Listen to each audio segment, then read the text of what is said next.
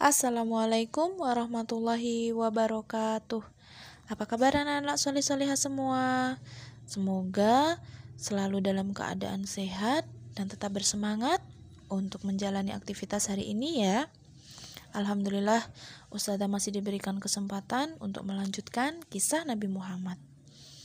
Nah, setelah turunnya wahyu pertama, Khadijah mengajak Nabi Muhammad untuk menemui sang rahib Nasrani.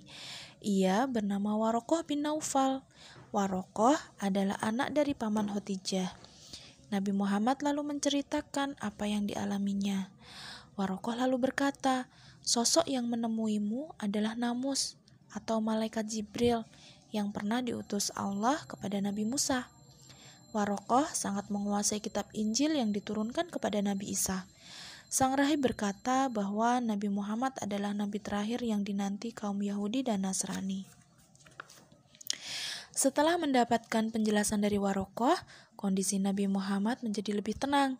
Beliau lalu melanjutkan tahanutsnya di Gua Hiro hingga akhir bulan Ramadan. Saat bulan suci telah usai, Nabi Muhammad beranjak pulang. Namun di tengah perjalanan, tiba-tiba terdengar suara memanggil lantang. Wah, siapa ya yang memanggil Nabi Muhammad?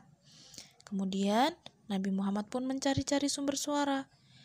Dilihatnya ke arah kanan, kiri, depan, dan belakang.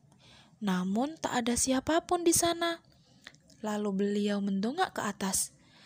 Terlihat malaikat Jibril duduk di kursi besar di antara langit dan bumi.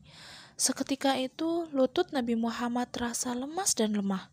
Beliau pun terjatuh membentur tanah. Kemudian pulanglah Nabi Muhammad dan meminta agar istrinya mengambil selimut. Selimuti aku, begitu kata Nabi Muhammad. Setelah itu baru turunlah wahyu kedua dari Allah yang disampaikan oleh malaikat Jibril. Kita baca bersama-sama wahyu yang kedua turun, yaitu surat Al-Mudaththir ayat 1-5. Bismillahirrahmanirrahim. Ya ayyuhal muddaththir qum fa'anzir wa rabbaka fakabbir wa thiyabaka fatahhir warrujza fahjur, yang artinya, hai orang-orang yang berselimut, bangunlah dan berilah peringatan, dan Robmu agungkanlah, dan pakaianmu bersihkanlah, dan perbuatan dosa tinggalkanlah. Dengan turunnya surat Al-Mudaththir tersebut, Nabi Muhammad pun diangkat menjadi Rasul. Beliau bertugas menyampaikan wahyu kepada seluruh manusia. Nabi Muhammad kemudian mengajak keluarga dan teman-teman dekatnya untuk beriman kepada Allah dan Rasul-Nya. Yang pertama, tentu saja istrinya, Ibunda Khadijah. Kemudian sahabat terdekatnya, Abu Bakar. Diikuti oleh sepupu Nabi Muhammad, Ali bin Abi Thalib. Juga kemudian pembantunya, Zaid bin Harisah. Abu Bakar sangat bersemangat untuk berdakwah.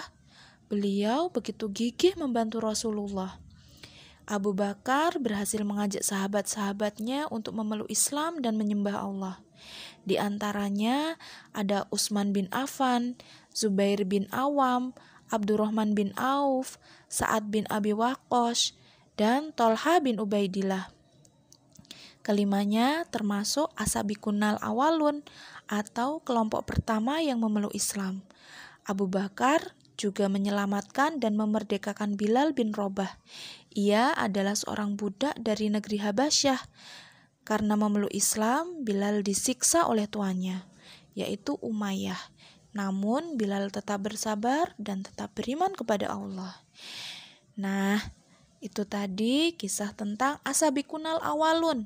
As-Sabiqunal Awwalun adalah kelompok pertama yang memeluk Islam. Setelah ini, kalian boleh mengerjakan worksheet mencari 10 nama As-Sabiqunal Awwalun. Semangat ya. Ustazah akhiri. Wassalamualaikum warahmatullahi wabarakatuh.